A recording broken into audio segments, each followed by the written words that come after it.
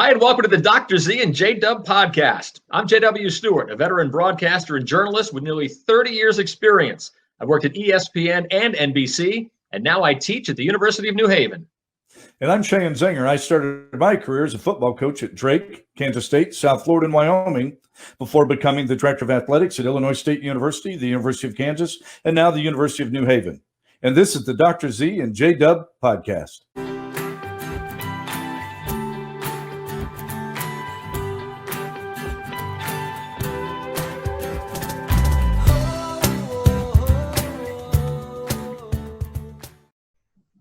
And hi again, everyone, and welcome back to the Dr. Z and J.W podcast, brought to you by our presenting sponsor, the Pink Clover Foundation.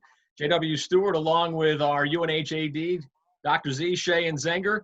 Of course, our podcast is available across all of our social media platforms and is always available on iTunes, Spotify, and Google Play. Today, our guest is University of New Haven football coach Chris Pincince. Dr. Z, how you doing today? I'm doing well. How about you, J.W.? I'm doing well, thank you. I'm doing well. I look forward to this conversation. Coach Pince has spent his entire career as a football coach. You began the early part of your career as a football coach. I've always wondered, even though you've been out of coaching football for a long time, does that football coach ever leave you? No, never. And, especially as you approach August, the bug starts to bite me. My wife and I started the year I left coaching and went into administration. We take our family vacation that first week of August, just to sort of break me of that I need to be out on the field type of thing. However, you may not know this, J-Dub. A couple of years ago, took a sabbatical and coached the outside linebackers at my son's 6A high school in Kansas. And we went 11-1 that year. The only game we lost was in the playoffs. We were ranked number 1 or 2 in the state most of the year and just had a great time. What was it like for you to get back to coaching for that 1 year? It got your sea legs back under you. And I was somewhat tempted to stay in it in some capacity or another because, I've had a good career doing a lot of different things, but especially in administration. And, there were some opportunities to stay that way. And I really stay in that direction. I really saw it as a chance to truly take a sabbatical and go back and do the things that as an athletic director, you get to do or oversee with your coaches. I would recommend that all university administrators go back in the classroom at some time. Really, that's my classroom. So that's how I saw it. Got to be with my son and his friends and at a high level of high school football. That's important, especially in that father-son relationship. And that's a perfect segue into our next topic before we bring Coach out. And that's, of course, Father's Day is coming up on this Sunday. Dr. Z, you've spoken about your father before on the show, but I want you to tell us a little bit more about him and maybe some important lessons or pieces of advice he gave to you. He was an incredible influence in my life, and he was that type of individual. He was a farm boy who became a teacher and a coach, basketball, and then a professor of education for the last 30 years of his career at a school very much like New Haven out in western Kansas, a Division II school called Fort Hays State. He and my mother co-authored 8 books together. And his tongue-in-cheek joke was, if he'd ever learned how to read and write, he really could have been somebody. He didn't come by it naturally. He wasn't a natural academic. He had to work really hard at that piece of it. And through hard work and just strong work ethic and long hours every day, he was able to do those things. But the piece of advice that if my cousins were watching this, and I have many, my dad had 6 older brothers, 7 boys in the family, and kind of a neat story. My dad would sort of lecture my cousins and my brother and me about life. And he had many sayings, many things he taught us. This was part of his eulogy. But the one that stands out the most, and I've actually used in commencement addresses is, and you won't believe this, that this would be a commencement address, was be a rat in a maze. And what he meant by that was, in life is not linear. You don't go from here to here. You don't set a goal and go straight. And this is important to a lot of young people. I share it with student athletes whenever I can. Life zigzags. You don't make all the decisions. And so he always used the analogy of a maze. I think that's ironic considering that book, Who Moved the Cheese, became so popular in recent years. But his point was, if you watch a rat in a maze, he'll bang his head or on a wall, turn and go the other direction. He said, after banging your head on a wall too much, turn and go the other way. And eventually, if you keep doing that, you'll make your way out of the maze. Just don't keep banging your head on the wall if that door's closed. That's great advice. My dad also had a lot of great advice for me and my two sisters. A little background about my father. He actually began his life and career as a milkman, which is a profession that doesn't really exist much anymore. But he and his parents, my grandparents, lived next door to where, I grew up, my parents' old house. So they owned a dairy back in Rhode Island where I grew up. So he started out as a milkman, but eventually my grandparents sold the dairy to Cumberland Farms, which is a big name here in New England. Cumberland Farms bought them out in, I think it was 1971. And at the time, the Roundhouse Dairy, which is the dairy my grandparents owned, was one of the last independently owned dairies in the state.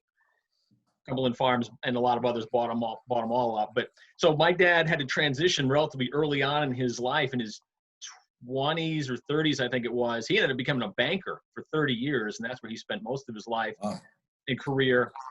He was a commercial loan officer, so he helped small businesses get their start. And we know how important small businesses are to America, right? That's been proven by the pandemic, and how much of a lifeblood that is. So my dad, as a loan officer, worked with these small businesses, and he helped farmers get their start and small construction companies get their start. So he helped a lot of men and women achieve what many people believe is the American dream, right? To run their own business. So he did that for 30 years, and then he retired. But he had a lot of great advice for me and my sisters. There's probably two that stand out, and one that he and my mom both echo is, don't burn your bridges. Don't burn your bridges. And he always says it in his great New England accent. Jay, don't burn. I can't even really do it because I don't have a New England accent. But don't burn your bridges, he would say. And that's good advice, because anytime that you leave a place, and we all leave work, one job to another for various reasons, you don't want to be unprofessional, so you don't burn your bridges. The other piece of advice he gave me, I never listened to it, Dr. Z, and I probably should have, is that you got to have a fallback plan in life. And I never did. I figured, once I got into broadcasting, that'd be it. I'd be doing it for, 30, 40 years, and that would be it. But, things change, obviously. You're only at certain places for a certain period of time. For me, ESPN was 12 years. NBC here in Connecticut was 4 years. Obviously, I'm still doing broadcasting with you here, but I never had a fallback plan. And I probably should have. I was fortunate that things have worked out for me at the University of New Haven. We've talked about how good this school is with giving people second chances or first opportunities, as they have for me. So I've been able to land on my feet. But if I could go back and do things again, I probably would have listened to my dad and said, all right, have a backup plan, have a plan B, and actually tell this story to my students all the time. So I should have listened to that piece of advice, but I didn't. But it's a good piece of advice for all of us. You got to have a plan B in life. J.W., I can't believe you just said that, because the next item on my dad's list was, you got to have a backup plan. That's what he did. And his eulogy, I spoke on 3 of his mantras, but that was number 2. And a good friend of mine right after the service said, just remember what your dad taught you. And he was joking about something, but likewise, I majored in English literature as an undergraduate, and my dad made sure I got a secondary education certificate. He said, you got to have a grub stick. You can't go out and make a living with English literature. I knew I was going to wanted to coach. And then later, he planted in my head when I was 9 years old, if you're going to be a coach, you need to get a PhD. He saw that just as intellectual development. But if you're going to be around higher education and coaching doesn't go well, you need to be able to do some other things. And I've been eternally grateful to him for both of those suggestions, but particularly the latter. Yep. So I'll call my dad on Father's Day and wish a happy Father's Day on Sunday. Actually, we'll be calling my parents today, because today, Dr. Z, my parents, it's their 53rd wedding anniversary. Wow. Yep. Wow. Married on this date back in 1967. So I'll be calling them later today to wish them a happy anniversary. So we'll talk more about Father's Day later in the show, but let's bring out our guest. Our guest today is a father himself, a father of 3. And Coach Pincince is the football coach at the University of New Haven. And Chris joins us now here on the Dr. Z and J.W. podcast. Coach Pince, we'll have you unmute yourself, or if our executive producer, John Mays, will unmute for you so we can actually hear you. There we go. Excellent. Coach Pince, welcome to the Dr. Z and J.W. podcast. How are you? I'm doing great. I appreciate you having me, and hopefully that could be as entertaining as some of the guests that I've heard you have here over the last month or so. Yeah, the show's been rolling right along, but I would think Dr. Z, this is a pretty easy get for us, right? Coach Pince and I have been talking about this for several weeks. What would be the proper timing, at the end of what would have been spring ball, recruiting? Do you want to do it before the season? And this was just kind of the ideal time. Before we get rolling, I have to our listeners or viewers who aren't as familiar with all of us, you introduced Coach Pincince correctly, but as you look at his screen at Coach Pince, it gives me comfort because that's what we call him around here. And I always wondered if he liked or didn't like the fact that we shortened it. Well, he uses it on his own Twitter handle, so I guess he does. That gives me some comfort today. It made life easy way back in the day in high school and growing up and through college. Everybody shortens names, and that one right there, the one syllable Pince, is a little bit easier to remember. J.W., before you jump into your questions, a segue from what we're talking about on Father's Day, one of the best attributes of Coach Pince, and I'm sure his student athletes, his football players see it. I know people in the department do. He's an incredible father. He spends his free time with his kids. I see him, throwing batting practice to two of his boys. And he's got his daughter with him, every chance he's got at our basketball games, volleyball games. He's at all our other events and usually has her with him. Just a neat testimony to how he lives his life. If there's one positive that's come out of the pandemic here, it's that we've been able to be around each other a little bit more as well, whether it be the batting practices with the boys or the time that I get a chance to spend with my daughter, Emma. As a matter of fact, last weekend, one of our main sponsors here in the Pink Clover Foundation, me and Emma ran in the 5K Pink Clover run last Saturday. And we both finished in the same time there. I caught up to her at the very last second, but congratulations to my daughter, Emma, for winning the 11-year-old time trial of the 5K there of the Pink Clover Foundation run. Yeah, Coach, I'm glad you told that story. Tell us about the unique path you guys took. Well, we started right at our office there at the University of New Haven, and we jogged the first 0.3 miles over to the new blue turf. We had, don't tell anybody, we had to jump a fence to get there. We kind of were in and out of the woods a little bit to get to the football field. They were doing a little bit of construction, putting down the new blue turf and the gold. Myself and Emma took our first pictures at the blue turf, and then we continued to jog the campus. And we went in and out of the buildings and in and out of the quad, and we finished up taking our picture at the new horse out in front of the main campus there at the University of New Haven. So a 3.1 mile tour of the University of New Haven from the North Campus standpoint athletically, and then circling down into the main campus. That's pretty cool. That's a pretty cool path. And again, we thank you and everyone else who was involved with the 5K, the run, the walk, be it virtual or as Coach Pince and his daughter did, on the ground for the Pink Clover Foundation, and our friend Sam Sorbello and his family, who are presenting sponsor of our show here, the Dr. Z and J.W. podcast. Coach Pince, you just mentioned the blue and gold turf. That's kind of the new news around campus with regard to the athletic department and the football team especially. What do you think of the new turf field? It looks great right now. It was about maybe halfway done. When we stopped in there over the weekend, I haven't seen it in a couple of days, but it's a lot darker blue.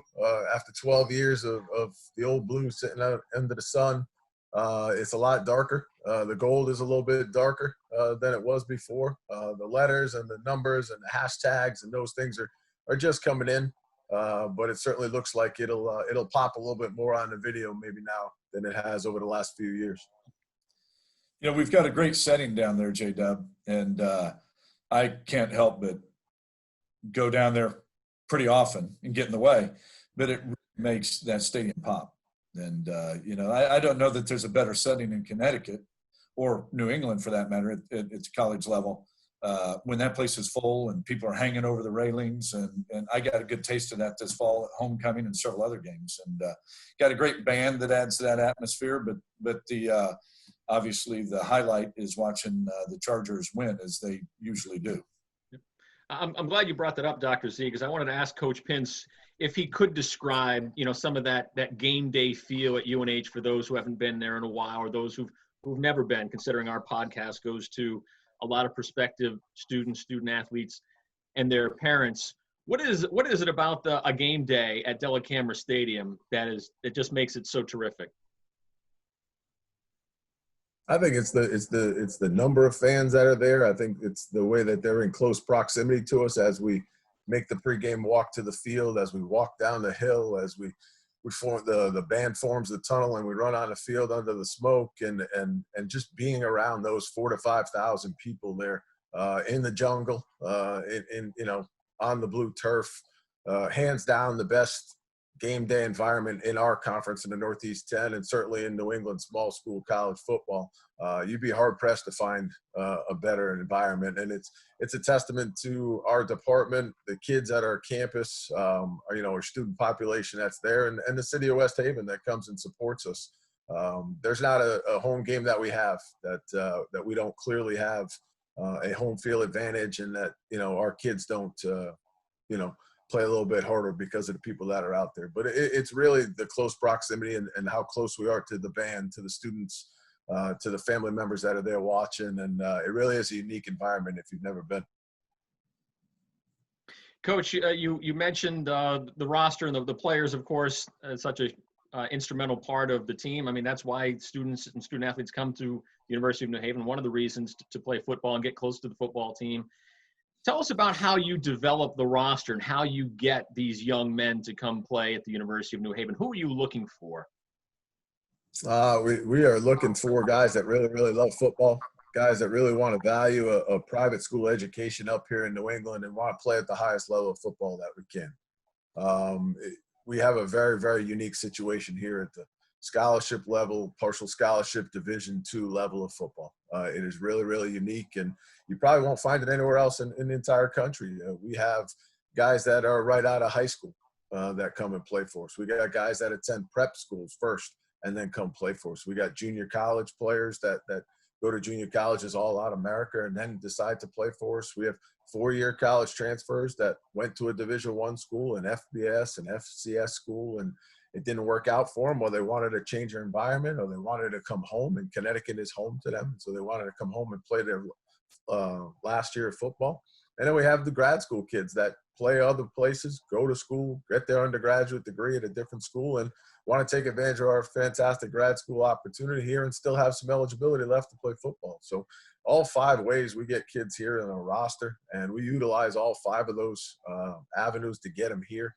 To try to form the best roster that we can. But really, really, it starts with the love of football, going to work every day that these kids do, managing their time from a classroom setting to a student-athlete setting and playing football. And we try to put the best collection that we can from all across the country and certainly from the tri-state area here for the most part.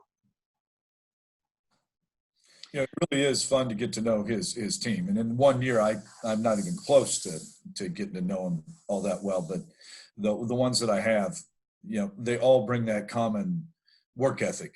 And I think that's what really they get. They say a team takes on the personality of its coach. And I think that's what Coach Pince brings to the table, and that's what they bring to the table. Just a real blue-collar work ethic. And it's fun to support and cheer on a team like that where there's no entitlement. They go out there and get the job done.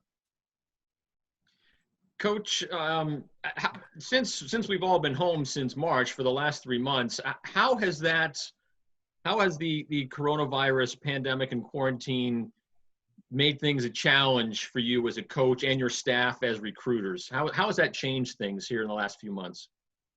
Well, we were kind of, when March 1st rolled around, we were almost done from our first initial recruiting phase. We were returning a good roster after the fall. of about 65 guys on the roster. We added 15 what we call mid-year transfer players in January. So we had a returning roster of about 79 guys. And we went through our first recruiting phase in February, signing our scholarship kids and recruiting a great group of other kids. And we were almost done recruiting there in the second week of March, give or take a few position players that we're looking to fill.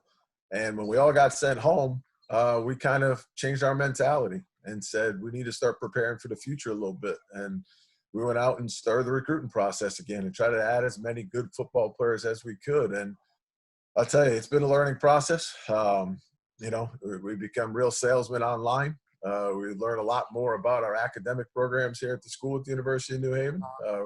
We've learned how to Zoom meet. We've learned how to, virtual tour around the campus. We've learned how to interact with our admissions office, our financial aid office, bring our kids online and have them talk to them. And as a collective group, I think as a school, we certainly rallied around, let's get as many good fits as we can here at the University of New Haven. And I think we'll see that here in the future. One positive that we've gotten out of here is that we've added a tremendous amount of players to our roster here currently. We're going to have the biggest roster that I've certainly ever been around here at the University of New Haven. And they're all good football players. They really, really and truly are. And we were able to sell the school, our fantastic criminal justice programs, sports management programs, communications, engineering, all the different fields here that are well known in New England. And we were able to sell our football program. And certainly the blue turf helps. And certainly the success that our football program has helped us in the recruiting process and being able to jump online and sell those stats. But, it's going to be a unique year, obviously, with all the challenges that we've had. But the one positive out of this is we were able to breathe a little bit, sit back and say, what can we do to make our program better? And adding depth and adding roster spots is one great thing that we've been able to accomplish here to end up with a roster that will be representative of 17 different states now, plus the U.S. territory of Puerto Rico.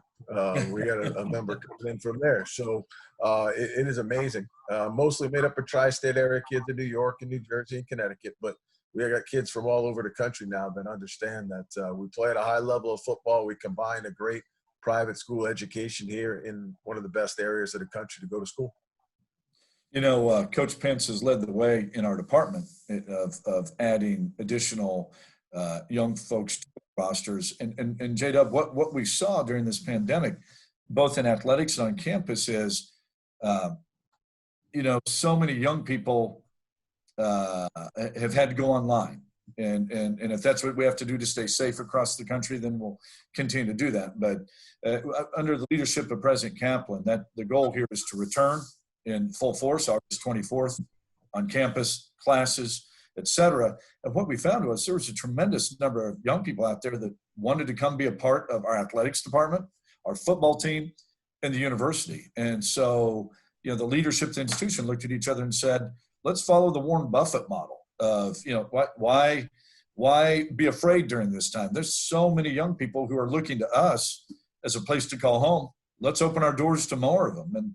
And Coach Pence and his football staff have done that. The entire athletic department's done it, and the university's done it. I don't know that I'm at liberty to share numbers yet, but we're on pace as an institution to have a record enrollment. So that's kind of a testament to what we all brag about at New Haven. We're the place of second chances and first opportunities and overcomers. And I think this adversity has drawn like-minded young people to our campus. Coach, would you agree with that?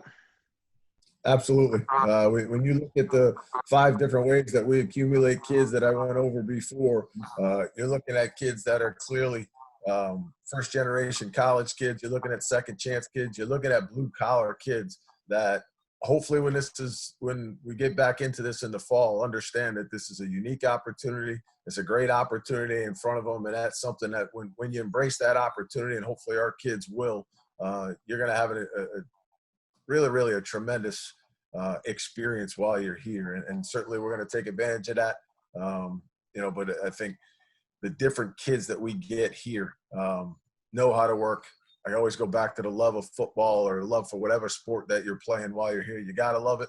You got to love the challenge of going to work every day and doing it. And, we've accumulated a whole bunch of kids that are clearly excited to do that, hopefully here in August.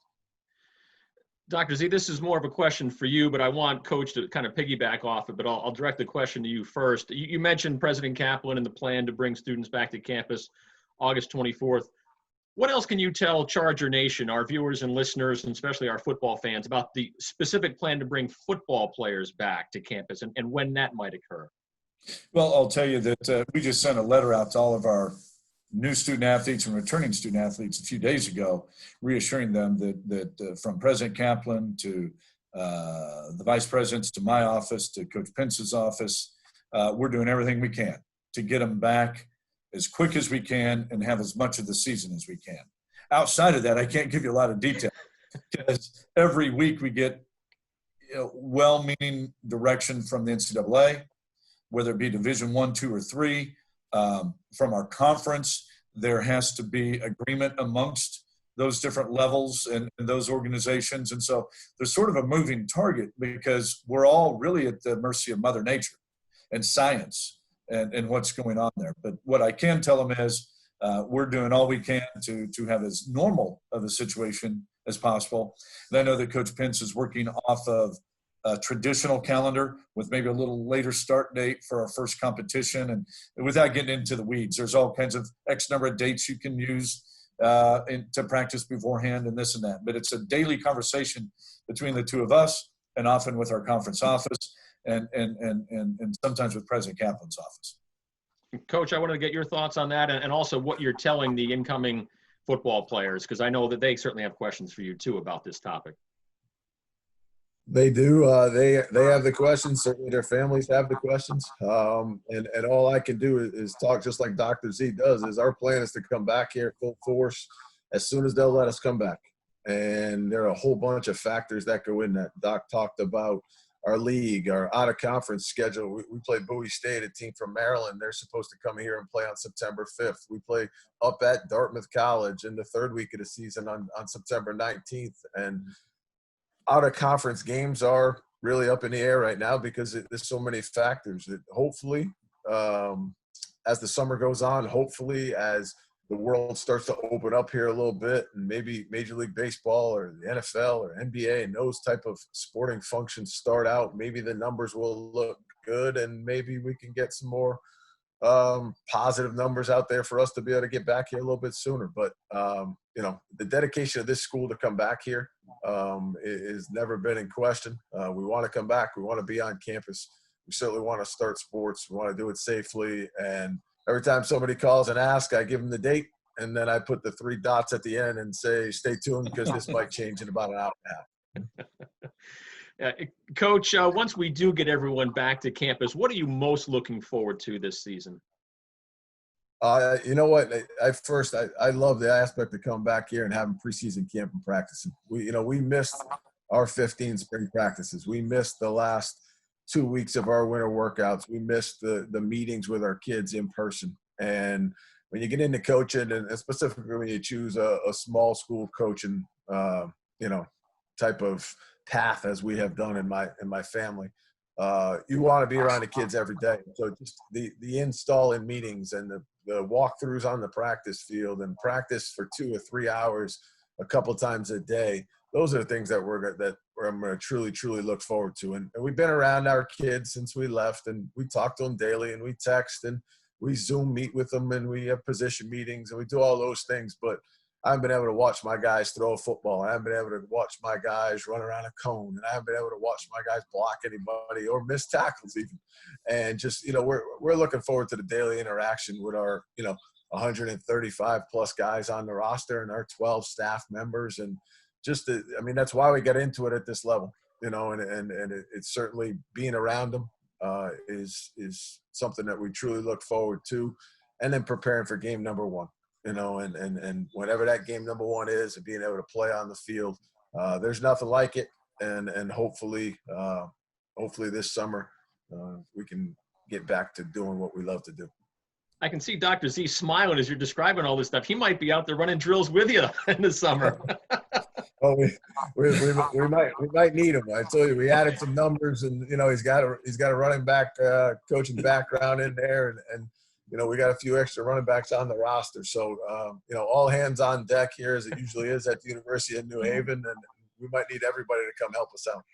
I told my boss that the other day, and I think it caused him pause that leave your office for 2 or 3 hours a day. Well, I can't imagine anything that would be more fun and refreshing to get out of the office and get down there on the field and be around young kids.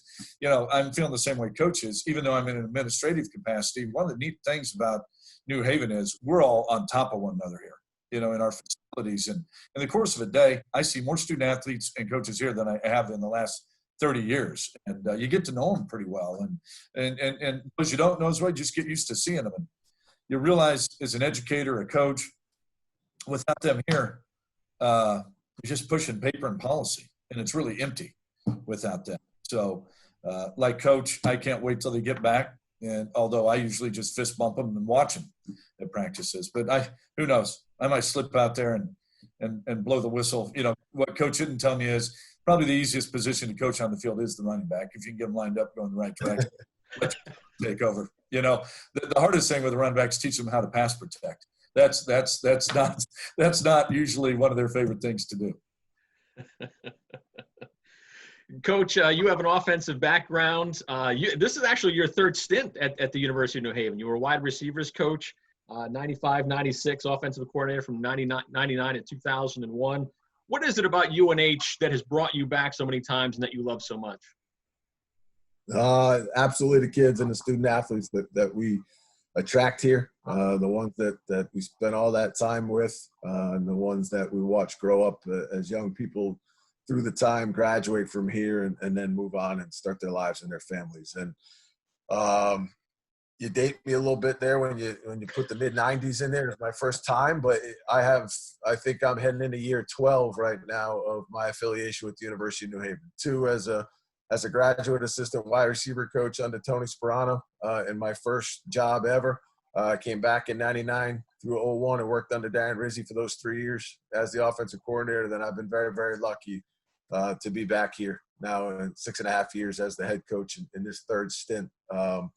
It's the people, it's the people, and most important, it's the student athletes. And those student athletes have changed, in my 26 plus years of coaching, but there's a bond here at the University of New Haven that you can rewind back 30, 35, 40 years, and those people come back to campus and they're immediately joined at the hip with the current student athletes, and they blend right in. And, it is truly a pleasure to watch days like homecoming and watch those days like that, or Southern Connecticut football game where everybody's back for it, and to watch 25, 35, 45 years of football all crash together on a given Saturday afternoon. And that's why me and my family keep coming back to the University of New Haven. That's why we have decided to put our feet down here, and stay. And this is, a special place that really me and my family have been a part of for the last 25 years. J.W., the football alumni here are amongst the best and the strongest I've ever seen. They're committed to the program. They're committed to the athletic department. They're committed to the university. A handful of them are on our board of governors. You just don't see that at other places. And we've talked at length about Dave Peterson and his commitment, and the forthcoming strength and conditioning center, which will also house a new football locker room. That's something that's gaining traction more and more every day, and looking forward to that. But that's not being done without the support of those guys Coach Pence is referencing. Right. Absolutely. Sam Sorbello, of course, as we said before, the Pink Clover Foundation, the presenting sponsor of the Dr. Z and J.W. podcast. Miles McPherson, right, our guest last week. Yeah. University of New Haven football is a long tradition. Tradition, history, and people, I think, are three good words to sum it up. Coach Pince, you mentioned just a couple of minutes ago Tony Sperano, and I'm glad you brought him up.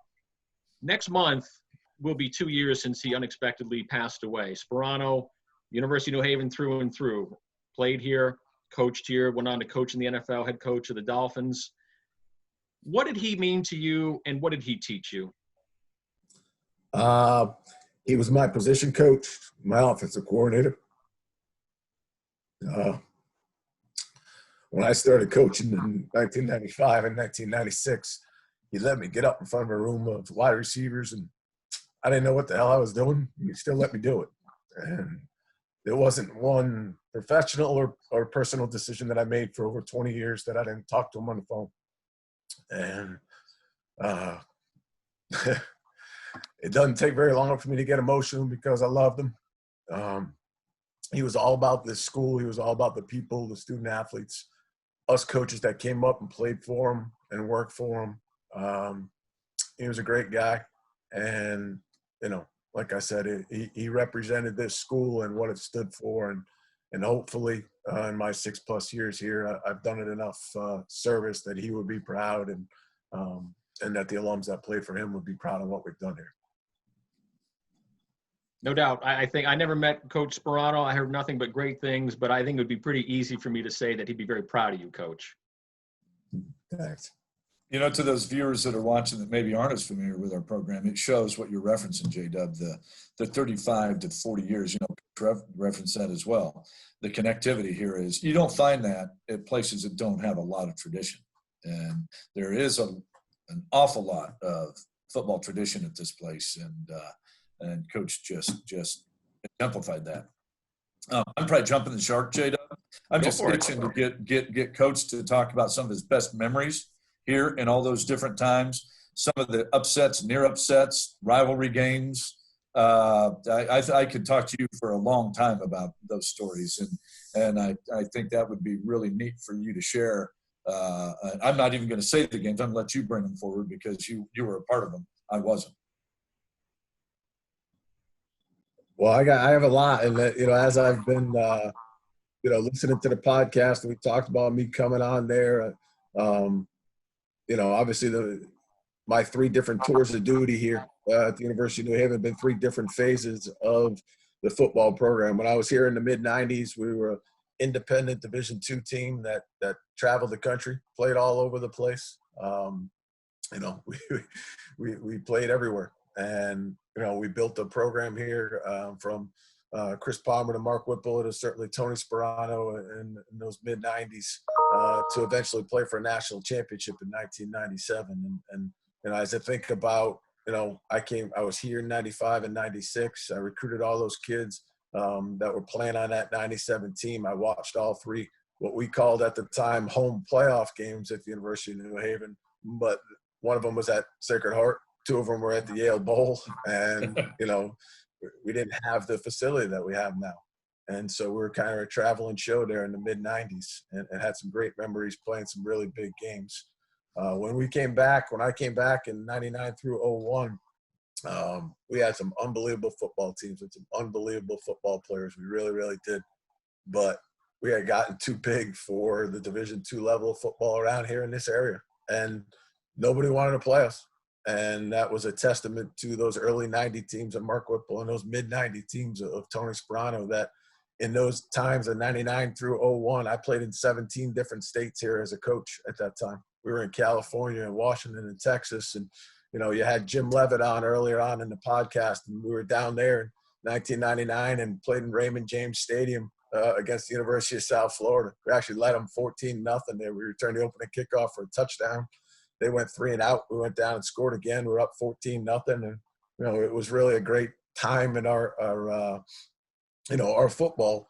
We didn't win enough football games there, though. In my 3 years here, we were 15-14, but we were playing Division I teams all over the country, and we were playing against some of the powerhouse national Division II teams. And, the memories that I mostly have are of the kids and the people. And I bring up the Raymond James thing because it's probably my number 1 memory of being around the kids is traveling down with a bunch of probably 70 of us in a travel party, flying down to Tampa, Florida, a little small school Division II team.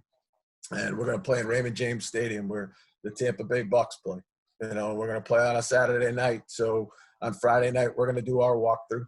And so we go to the locker room and we're sitting in an NFL locker room and our kids are in their total blue suits, their travel suits. And we're looking around this NFL locker room that's got, soda and drinks and all those things in there. And here we are, just in awe of just being in that locker room. And we walk out of the stadium to go through our walkthrough. And us as a coaching staff kind of stay back. We let the kids go out onto the field for a little bit, let them run around before we go out there and start blowing the whistle and starting. And as we go out about 10 minutes later, we're walking down the tunnel, and I got a security guard from Raymond James Stadium running out at us. You got to get them off of it. You got to get them off of it. We kind of look at each other as coaches and we're like, what are they talking about? What are they talking about?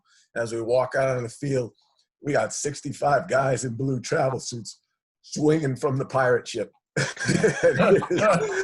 Honestly, one of the greatest memories that I have. The type of kids that we surround ourselves with, the love of playing football, the love of being around each other. And us as coaches just laughed and said, I'm not getting them off there. Let them swing as long as they want. And it was one of those great things that, you remember the scores of games at times. And, you remember, we've won 3 Northeast 10 championships, since they brought football back here. And, my biggest win here is probably in 2018. We beat Westchester in the first round of the NCAA playoffs down at Westchester when they were an undefeated team. We got a lot of wins and we got some losses, but really the memories that we hold on to as coaches, and me in particular here at New Haven, are the kids from the mid-'90s, those kids from the late '90s, early 2000s that I was a part of. And, unbelievably, I've been here now 6+ years. So those kids that I recruited and brought here as 18-year-old freshmen that grew up and graduated from here and now are out there in the workforce. And those are the memories that we surround ourselves with here as a family. And those are the ones that, I think about a lot of times now as I'm sitting on the back porch or sitting on Zoom meetings on the front porch where we're getting alum together, or, we get an alumni group together, or we get our kids together, is, just keep surrounding ourselves with great people here. Dr. Z, were you part of that USF team in '99 with Jim Levitt, or had you already left? No, I was their original recruiting coordinator and running back coach in 1996. And that, I don't want to waste Coach's time with those stories, but, Coach Levitt kind of talked about, I was finishing up some graduate studies at the University of Kansas, and Jim called and said, hey, Zeng, we're starting from scratch here. I just ordered the wastebaskets and the mailboxes today, and you're the only guy I know who knows exactly what we had at Kansas State. Will you please come help me? So I went down there to help him for 1/2 the salary I was making for Coach Snyder at Kansas State 4 years earlier. That shows how bright I was going back to graduate school to get that fancy PhD. Hopefully it's paid off since, but the initial years, that was rough going. But yeah, as Coach said, those are some of my best memories, being with a program that was up and coming and rough and tumble kids. And it's not the bright lights that makes your memories. And I think that's what Coach is saying. It's the people, it's the kids, it's the coaches, it's the hard work ethic young guys, it's the overachievers. That's who you remember. No question. And Coach, earlier in the program, you mentioned that the roster, and it is so diverse, 17 different states, Puerto Rico, you have players from all different backgrounds. I'd be remiss if I didn't ask this question, considering what's going on in our country. And we've talked about it last week with Miles McPherson, and we talked about it the week before with Dr. Lorenzo Boyd. But since the death of George Floyd on May 25th, what's been your message to your team? The message that we give all the time is that we need to communicate. We need to talk to each other. And I think as we recruit young people to our team, and as we kind of mold, who they are moving forward here, it's getting harder and harder to communicate with them because of the social media world and because of the telephone world and because of those, those short attention spans and those things. And we talk about actually sitting down and having conversations with people. It's getting hard now in the pandemic. We do some over the Zoom meetings where it's really difficult to communicate your exact feelings over the Zoom meetings. But I tell them, pick up the phone and talk to each other. I tell them, let's get on Zoom and go. And then certainly when we come back here on August 9th or August 16th or whatever date that we come back, getting back to that face-to-face interaction is very, very important to what we do. We spend more time with our student athletes in season than a lot of us will with our own families. And we'll walk them through classes, and we'll walk them through paperwork, and we'll walk them through meetings, and we'll walk them through game day and those things. And we'll travel with them, and we'll cry with them, and we'll cheer with them and celebrate with them. we really, really, really like sitting down and talking to them. And so as we gathered up our teams in small groups and talked, and as we gather up our team in big groups, we send out one general message is that if people have questions and if people want to talk and people want to communicate, let's do it. And let's get on the phones and let's get on the Zooms and let's, hopefully when we're back together, we can sit down and have face-to-face conversations. But we're living in a different time. There are a lot of information out there. And sometimes it's hard to communicate exactly the way that you want from this far distance away. And so I've been letting the kids come to us a lot. If opening it up and saying anything you guys want to talk about, please reach out. But it's hard to have a Zoom meeting with 150 people today and be on 6 or 7 different screens and truly, truly, truly give the message that you want to give, and let everybody have the kind of open forum that's necessary at this time. It's hard. Taking a page out of what Miles said last week, I loved how he pointed to the locker room, the football locker room, and what we all learned in those football locker rooms. And that's what Coach, I think is it's hard to do that via Zoom. Can't wait to get them back. And whether we can actually be in our locker room or we're out on the field or in the parking lot, all be together and having that dialogue and that communication that's so necessary and special to any team. But I think we're both biased, having come from the football background, that the football locker room is truly a special place in terms of bonding and togetherness and family. And nothing replaces that face-to-face communication. Absolutely.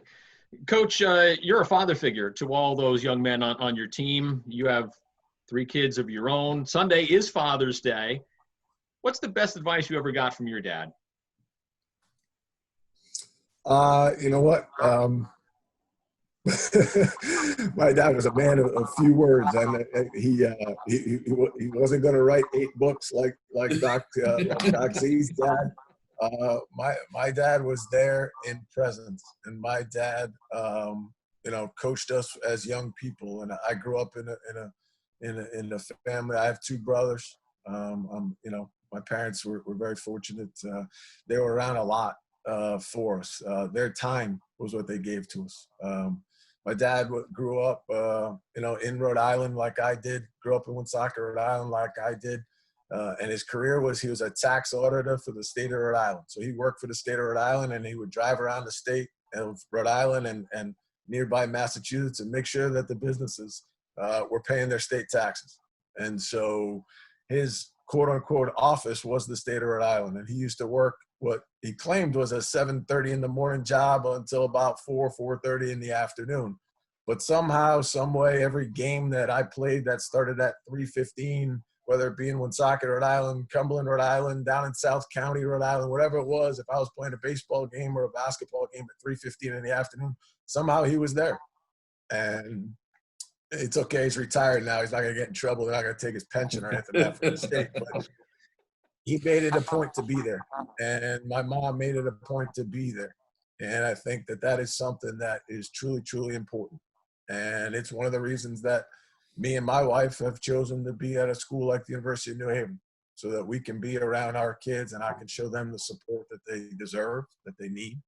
And whether it's my son's baseball games, my son's basketball games, whether it's my daughter's gymnastics, or whether it's just sitting there doing their homework, I think being there for your kids is ultimately the most important thing that you can do for them. And we try to do that with our own children here in the house. We try to do that with our own children, and now they're kind of some of their outside ventures that they have.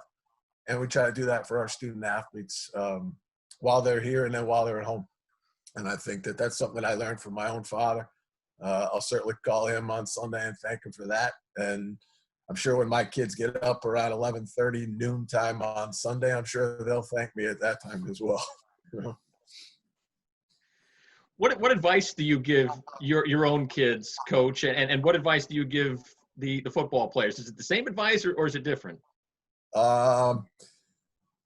As my children have gotten older, I have been able to tell my student athletes things, and I can relate that as well to my 2 oldest right now. My oldest son, Zach, is a 20-year-old. He just finished his sophomore year here at the University of New Haven. He's on the baseball team. My middle guy, Owen, is just finished his sophomore year of high school. So those things that I talk about, they're both athletes. They're both good students. So when I talk to my own student athletes about the time management, about putting your priorities in the right thing and making sure you're getting your work done, I can kind of tell them the same things. And so that part, as they've gotten older, has been a little bit easier. I've been able to kind of give the same message. I don't give quite the same message to my 11-year-old daughter. That's maybe not so serious about the gymnastics, not so serious about the jogging that she's doing around the neighborhood and those things. She can have a little bit more fun. She can manage her time a little bit different. But they watch my interactions with our own students. And as Doc had mentioned earlier, my family is just as much a part of this University of New Haven football program and athletic department as I am. Whether it be my wife that takes these kids under her wing, whether it's my sons that have adopted my own players as their brothers, and my daughter who, came to practice last spring and the entire roster saying a happy birthday on April 10th. They're a part of what we do here. And so they watch me interact with our kids on a daily basis. And I think that alone is advice that they can go by. Well said. Dr. Z, any final questions for Coach Pince before we let him go? I think this has been a great session. I think that people got to see who Coach Pince is and what the program's all about in this department and this university. And I'm anxious for people to view this. And more than anything, anxious to get those football players back that he's talking about.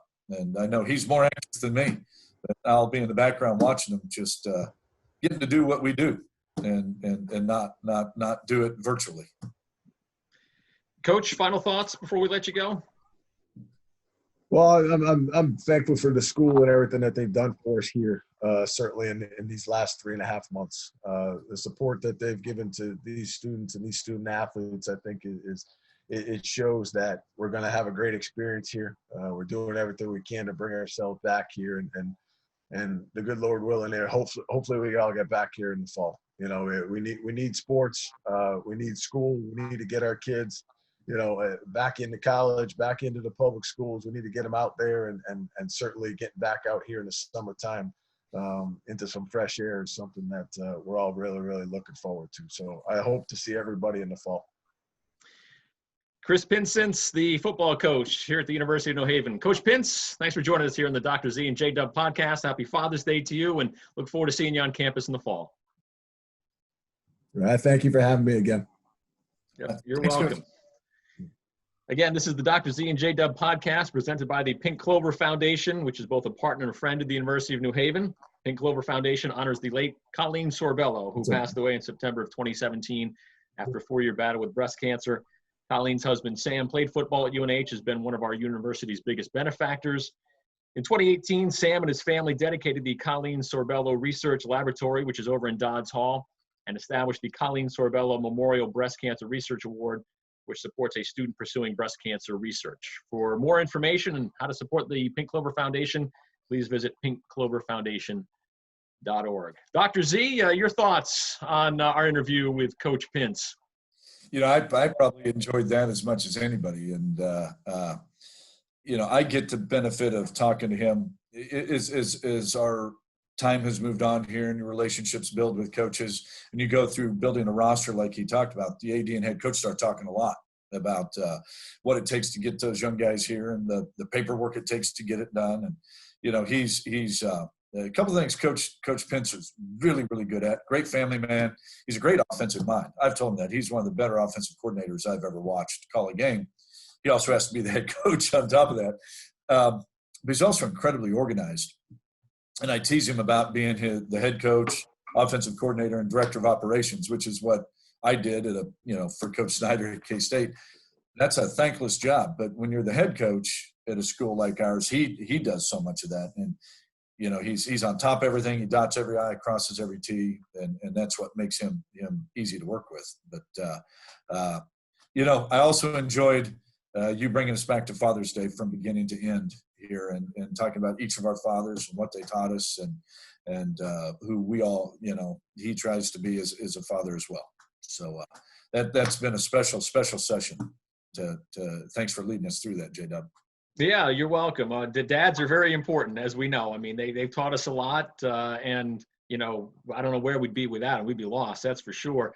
I wanted to ask you, speaking of Father's Day, before we sign off for the day, what's it like for you to be a father now? I mean, you've been a father for a long time. Your kids are in their late teens and early 20s.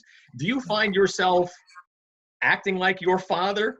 Have you become your father in some regards? So what's scary is you're talking about that, by doing these podcasts via a form of Zoom and throughout the day, I do Zoom calls all day long.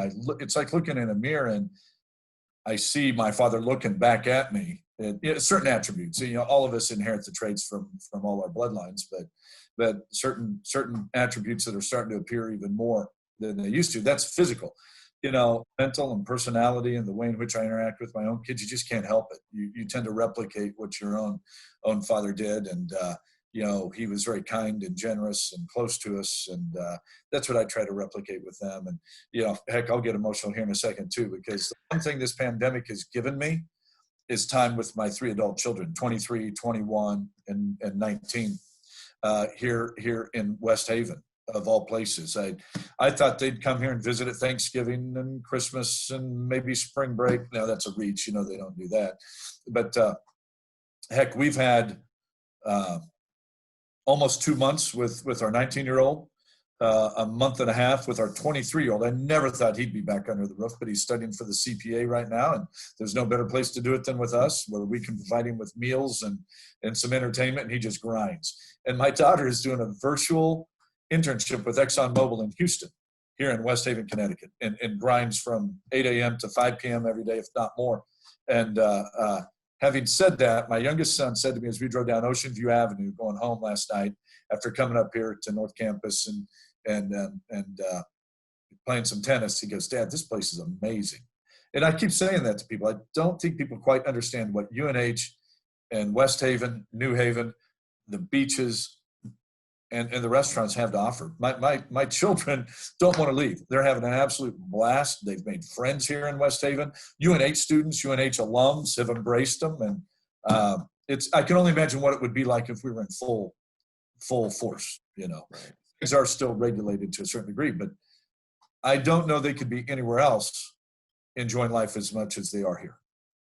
It's one of the best kept secrets I'd say even in Connecticut. There's a lot of people in parts of Connecticut who don't know how great the University of New Haven is, how much it has to offer, how much the city of West Haven has to offer, and certainly the shoreline. I think when people think of that part of the state, they often think of the shoreline. You're thinking, all right, Yale and New Haven and some of that other stuff, and maybe you're thinking Branford, where you used to live before you moved to West Haven. But yeah, I think that we have one of the best kept secrets. It shouldn't be a secret. I mean, it's a hidden gem, but it certainly, from where you're from, most people don't know, probably couldn't find West Haven on a map, don't know anything about it. No, and as my children are now telling me, I didn't even know this, they're hearing it from their buddies, the Westies. There's 3.5 miles of public beach over here in West Haven. You're not going to find that anywhere else in Connecticut, much less New England. And so if you're a college student, yeah, you can go to some schools that are near beaches, but those are often private beaches. You can't use them. Our college students are out there. I see some of them almost daily in the summer, those that stick around in the spring and the fall. It's their playground. Yep. Last question before we sign off, Dr. Z. What do you got planned for Father's Day? I'm going to let my family dictate that. Both my sons are heading back to the Midwest for a few weeks. In another week or so. So this is our last weekend together, all 5 of us. And so I know my oldest son said he'd like to play some golf, and they want to go down to the beach. It's an easy vacation for us. Just grab the chairs off the porch and the towels and head on down. And without plugging every restaurant in town again, but Watson's and Parties or Mike's Pizza from the West Haven area. And, our friends at Provenzano's are usually supplying some sandwiches throughout that time period as well. That sounds like a pretty good day to me, and certainly well spent with your family, no doubt about it. We want to thank Chris Pincince, the football coach at the University of New Haven, for joining us today. For our presenting sponsor, the Pink Clover Foundation, we always appreciate their support as well. For executive producer John Mays, for producer Broccoli Rob Thompson, and for Dr. Z, I'm J.W. Stewart. Thanks for watching the Dr. Z and J.W. podcast. Happy Father's Day, everybody. We'll talk to you soon.